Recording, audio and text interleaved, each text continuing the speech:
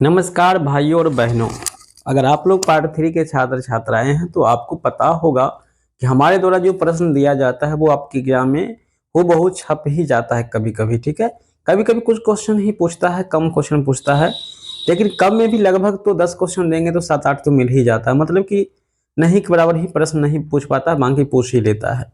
अभी हम Hindi paper 7 part 3 विद्यार्थियों के लिए ऑब्जेक्टिव का क्वेश्चन देने वाले हैं।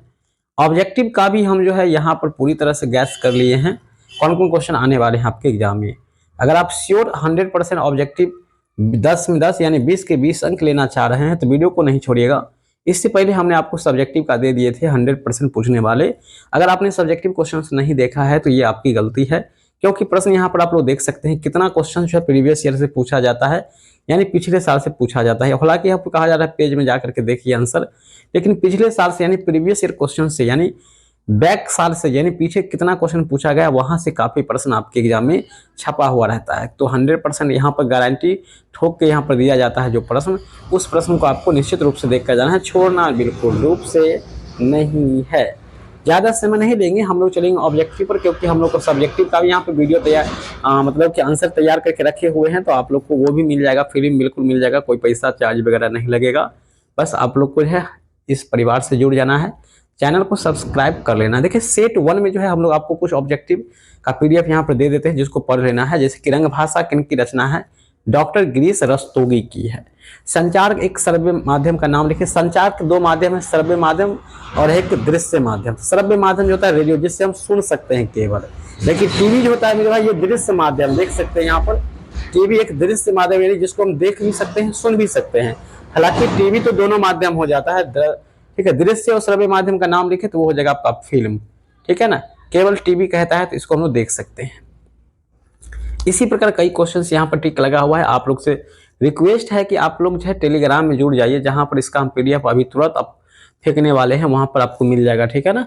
चलिए सेट 2 का यहाँ पर कुछ क्वेश्चन देखते हैं। रेडियो का संबंध किस वर्ग से है मेरे दोस्त? तो इलेक्ट्रॉनिक मीडिया से है रेडियो का संबंध। रेडियो एक कैसा है मेरे भाई? रेडियो एक श्रव्य संचार है। श्रव्य मतलब इसको हम लोग सुन सकते हैं, केवल क्या कर सकते हैं दोस्त? केवल सुन सकते हैं। नेक्स्ट प्रश्न है आपके सामने 2 नंबर। लोकतंत्र की चौथा स्तंभ किसे कहते हैं? मोस्ट इंपोर्टेंट प्रश्न है। लोकतंत्र की चौथी अवस्था को हम लोग कहते हैं स्वतंत्र प्रेस, यानी आप फ्रीडम होकर के जब मीडियागिरी प्रेस करेंगे तो इसी को तो हम लोग लोकतंत्र का चौथा स्तंभ कहते हैं, ठीक है ना। क्योंकि जब स्वतंत्र होकर लोग प्रेस करेंगे तो लोगों तक सही जानकारी पहुंच पाएंगे और लोग देख पाएंगे कि हमारी सरकार सत्ता में क्या चोरी कर रहे हैं या ईमानदारी से काम कर रहे हैं। चलिए उम्मीद है इस बात को आप बढ़िया से समझ गए होंगे, समझने में कतई भी दिक्कत नहीं हुआ होगा। जिस समाचार पत्र में किसी राजनीतिक दल की विचारधारा को अभिव्यक्त मिलती है उसे क्या कहते हैं, या उस पार्टी का क्या नाम होता है? तो उस पार्टी का नाम होता है मुख्य पत्र होता है मेरे सर, मुख्य पत्र।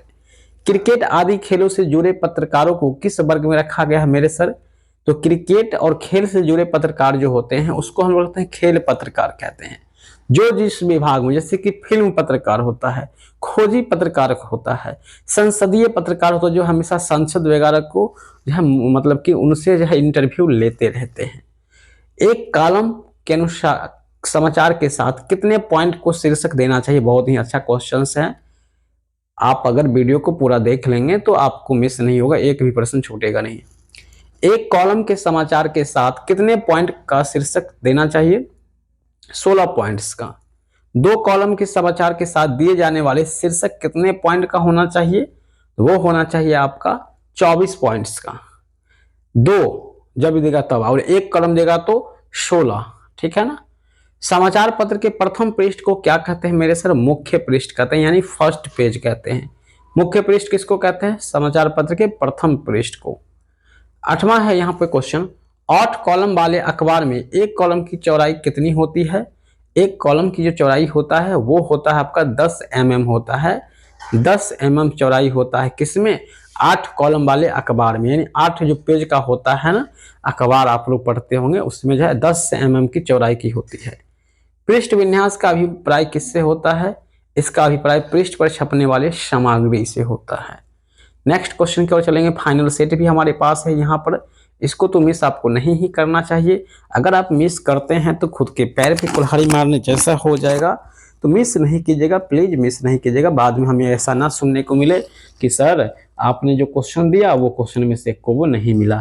तो ऐसा बात मेरे सर और मेरे मतलब सर सभी मतलब कि सभी लोग समझ लीजिए। रेडियो का संबंध किस वर्ग से है? तो इसको हमने पहले ही बता दिया था, इलेक्ट्रॉनिक मीडिया से। लोकतंत्र का चौथा स्तंभ किसे कहा गया है? स्वतंत्र प्रेस को कहा गया है। तो ये सब क्वेश्चंस हमने आपको बता दिए हैं ऊपर में ही, ठीक है। ये सब एक फाइनल सेट का क्वेश्चंस है आपका, ठीक है, जहाँ पे क्वेश्चन हमने आपको 9-10 तक करा ही दिए हैं, ठीक है ना। 12 से क्वेश्चन को देखेंगे हम लोग।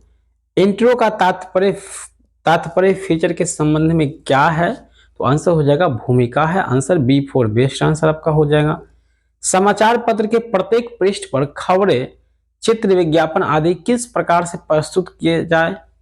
इसे पत्रकारिता की भाषा में क्या कहते हैं? तो पृष्ठ सज्जा कहते हैं। यानी पृष्ठ को बढ़िया से सजाया जाता है, तो उसमें कुछ फोटो वगैरह, प्रचार वगैरह ऐड वहां पर लिख दिया जाता है उसमें, ठीक है।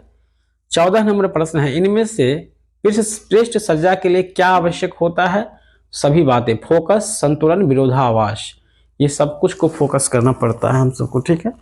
चलिए आगे बढ़ते हैं। नेक्स्ट क्वेश्चन है 15 नंबर है, वह स्थान जहां पाठक की दृष्टि समाचार पत्र पर सबसे पहले केंद्रित होती है वो क्या कहलाता है? मान लीजिए कि आपको कॉपी दिया गया, मतलब कि पेपर दिया गया पढ़ने के लिए, और जहां आपका सबसे पहले दृष्टि पड़ता है यानी बड़े बड़े चीजों पर, उसको हम लोग कहते हैं फोकस। यानी फोकस करने के लिए आपको जैसे फोटो दे दिया या बड़ा बड़ा हेडलाइन लिख दिया गया लाइन में कि विराट कोहली मार दिया शतक इतना ही गेंद में, तो उसको हम लोग क्विक पढ़ेंगे, पहली पेज में रहेगा या कहीं पर भी रहेगा हाईलाइट वाले जो चीज रहेगा जैसे मोटा अक्षर में, उसको हम लोग फोकस कहते हैं। स्टोरी को आकर्षक बनाने के लिए उसके साथ रोचक तथ्य, सूचनाएं और आंकड़े किस में दिए जाते हैं?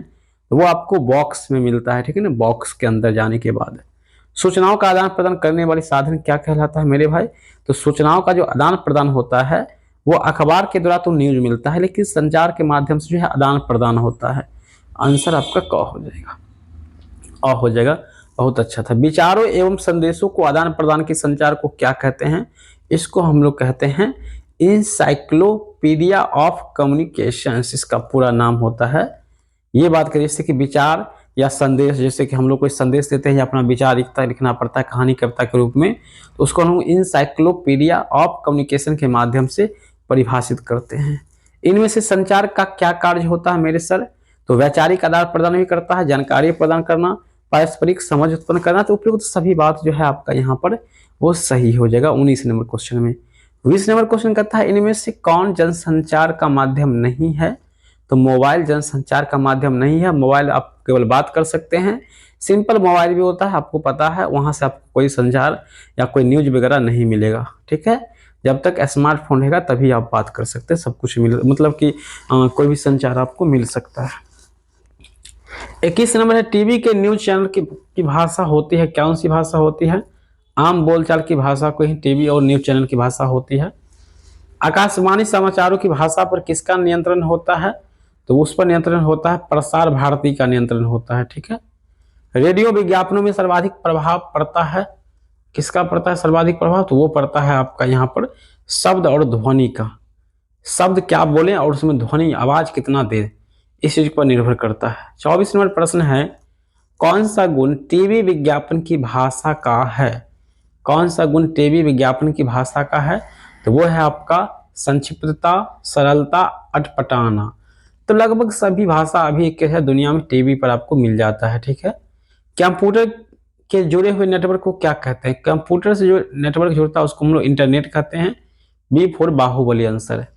छपे हुए मैटर, चित्र, दस्तावेज को एक स्थान से दूसरे स्थान पर किस मशीन से भेजा जाता है? तो उसको हम लोग फैक्स के द्वारा भेजते हैं, FAX, फैक्स। ईमेल से भी भेजते हैं, फैक्स से भी भेजा जाता है। 27 में वर्तमान समय में व्यक्तिगत संचार साधन के रूप में सर्वाधिक लोकप्रिय हैं मोबाइल फोन के द्वारा। सी आंसर आपका बिल्कुल रूप से 100 वाला सही हो जाएगा। जो क्वेश्चन सब आने वाला है वो एग्जाम में बम्पर रूप से पूछा जाएगा, मिस नहीं करिएगा, छोड़िएगा नहीं, ठीक है। प्रेस परिषद ने आचार संहिता की घोषणा की थी, कब की थी? तो 1953 में। भारत में रेडियो का पहला प्रसारण कब हुआ था? एकदम रखेंगे याद, 1927 में भारत में रेडियो का पहला प्रसारण हुआ था। वर्तमान में आकाशवाणी केंद्रों की संख्या कितनी है? जो रेडियो पर आप सुनते हैं तो उसकी संख्या मात्र 100 रह गई है। भारत में पहली टीवी समाचार बुलेटिन प्रसारित हुई थी, कब हुई थी प्रसारित? तो 1965 में भारत में पहली टीवी समाचार बुलेटिन प्रसारित हुआ था। टीवी पर दिखाई जाने वाली उस चैनल का नाम जो जीव जंतुओं, विज्ञान आदि पर कार्य प्रसारित करता है उसको हम लोग कहते हैं डिस्कवरी कहते हैं। डिस्कवरी जिसमें पेड़ पौधे, जंतु, जीव जंतु के बारे में बताया जाता है। अगला क्वेश्चन आपके सामने यहाँ पर है, हम लोग देखेंगे। दूरदर्शन पर कार्यक्रमों का प्रसारण किस उद्देश्य को ध्यान में रखकर किया जाता है? तो वो इनमें से सभी उद्देश्य को हम लोग ध्यान में रख कर करते हैं। पॉजिटिव बातें हैं, सब सही हो जाएगा। भारत में पहली बोलती हुई फिल्म कौन सी निर्मित हुई थी? मेरे भाई याद रखना तुम लोग, ठीक है। पहली जो फिल्म आई थी वो आई थी आलम आरा, बोलती हुई फिल्म थी। हालांकि पहले रंग चलचित्र फिल्म की बात करेंगे तो वो फिल्म था आपका राजा हरिश्चंद्र। एक आदर्श संपादकीय शब्द सीमा कितनी होती है? तो 800 से 1000। एक आदर्श जो संपादकीय होता है, जो संपाद लिखता है, कोई आर्टिकल लिखता है, इसके लिए 800 से 1000 शब्द है काफी हो जाता है। किसी कथानक को दृश्य के रूप में प्रस्तुत करता है पटकथा। फिल्मों के संवादों में कौन सी विशेषताएं अपेक्षित होती है? उपयुक्त सभी बात, संक्षिप्तता होना चाहिए, पात्रानुकूलता होना चाहिए, सरलता होना चाहिए। 38 नंबर प्रश्न है मेरे सर, दूरदर्शन का आदर्श वाक्य क्या होता है? सत्यम शिवम सुंदरम। भारत में दूरदर्शन का प्रारंभ कब हुआ था मेरे सर? तो 15 सितंबर 1959 को हुआ था। 15 सितंबर 1959 को भारत में दूरदर्शन का प्रारंभ हुआ था, याद रखेंगे सभी लोग। एफएम रेडियो में एफएम का अर्थ क्या होता है? फ्रीक्वेंसी मॉड्यूलेटेड होता है। इसका फुल फॉर्म, एफएम रेडियो का जो फुल फॉर्म होता है फ्रीक्वेंसी मॉड्यूलेटेड होता है। रेडियो के लेखकीय उपकरण क्या है? तो मौन भी है, संगीत भी है, ध्वनि भी है, तो उपयुक्त सभी हो जाएगा। फेड आउट का अभिप्राय कौन सा है? इसका अभिप्राय है ध्वनि का धीरे धीरे लुप्त होना। आंसर आपका अ हो जाएगा। आगे बढ़ेंगे, इनमें से श्रव्य दृश्य माध्यम कौन है? श्रव्य और दृश्य दोनों। तो फिल्म यहाँ पर हमने बताया था ऑप्शन, फिल्म होगा, टीवी भी हो जाएगा, वीडियो भी, ये सब तो देखते हैं सब श्रव्य माध्यम है, दृश्य माध्यम दोनों है। आंसर सभी। चलिए, भारत में प्रथम टेलीविजन प्रसारण का उद्घाटन किस राष्ट्रपति ने किया था? बहुत अच्छा क्वेश्चन। तो राजेंद्र प्रसाद जी के द्वारा भारत में प्रथम टेलीविजन प्रसारण का उद्घाटन किया गया था। रेडियो किस प्रकार का संचार है मेरे भाई? तो केवल श्रव्य है, इससे केवल आप सुन सकते हो, देख नहीं सकते हो, मतलब कि दृश्य को, वीडियो वगैरह नहीं देख सकते हो। टेली ड्रामा का अर्थ क्या होता है? काफी क्वेश्चन यहाँ से आएगा सब्जेक्टिव में। टेलीविजन का नाटक होता है, यानी टीवी पर जो नाटक होता है उसी कहते हैं टेली ड्रामा कहते हैं आप लोग। भारत में पहली बार बोलती हुई फिल्म कौन सी आई थी मेरे सर? तो आलम आरा तो हो ही गया। एक आदर्श समाजवादी, यहाँ पर तो ये सब तो पीडीएफ अभी हमने पढ़ा ही दिया है। डॉक्यूमेंट्री को हिंदी में प्रायः क्या होता है मेरे सर? तो डॉक्यूमेंट का जो हिंदी होता है वो प्रायः क्या होता है? तो वृत्त चित्र होता है, ठीक है, वृत्त चित्र। वापस ओवर के लिए हिंदी शब्द क्या होता है? पार्श्व संगीत होता है। भारत में रंगीन प्रसारण का आरंभ कब हुआ था? 1982 में, और 1982 में ही जो राजा हरिश्चंद्र फिल्म भी आई थी। टेलीविजन किस प्रकार का जनसंचार है मेरे सर? तो श्रव्य और दृश्य दोनों है ये। हम लोग नाटक टीवी धारावाहिक के लेखक कौन हैं? यहाँ पे हम लोग नाटक टीवी धारावाहिक के लेखक कौन हैं? तो मनोहर श्याम जोशी, ठीक है। चलिए, भारत में टेलीविजन का पहला समाचार बुलेटिन प्रसारित कब हुआ था? 15 अगस्त 1965 को हुआ था। एक आदर्श संपादकीय का शब्द सीमा क्या होता है? 800 से 1000 होता है। ये सब क्वेश्चन हो गया है, रिपीट हुआ है कई बार। सूचना आधारित फिल्म को क्या कहते हैं हम लोग? सूचना आधारित फिल्म को डॉक्यूमेंट्री कहते हैं। मोस्ट इंपोर्टेंट प्रश्न था जो हमने ऊपर में सारे के सारे बताया है। सारे प्रश्न 100% जो है पूछने वाले प्रश्न हैं, इसको आपको मिस नहीं करना है, भूल करके भी मिस नहीं करना है। ये 14 से 15 मिनट का वीडियो है, इसको पूरा देख लीजिए आप, सारा प्रश्न मिल जाएगा। परीक्षा से कुछ देर घंटा पहले आपको ओरिजिनल क्वेश्चन भी मिल सकता है। इसके लिए आपको कहाँ मिल जाएगा प्रश्न मेरे सर, हम आपको बता देते हैं। इसके लिए आपको क्या करना है, MNC क्लासेस के ऑफिशियल वेबसाइट पर जाना है, गूगल पे सर्च कीजिएगा या क्रोम पर, तो आपको मिल जाएगा। फिर यूनिवर्सिटी अपडेट में जाकर के आप सर्च कर लीजिएगा, तो पेपर साथ के लेकर के सारे क्वेश्चंस पेपर आपको और PDF वगैरह भी मिल जाएगा। धन्यवाद इस वीडियो को यहाँ तक देखने के लिए।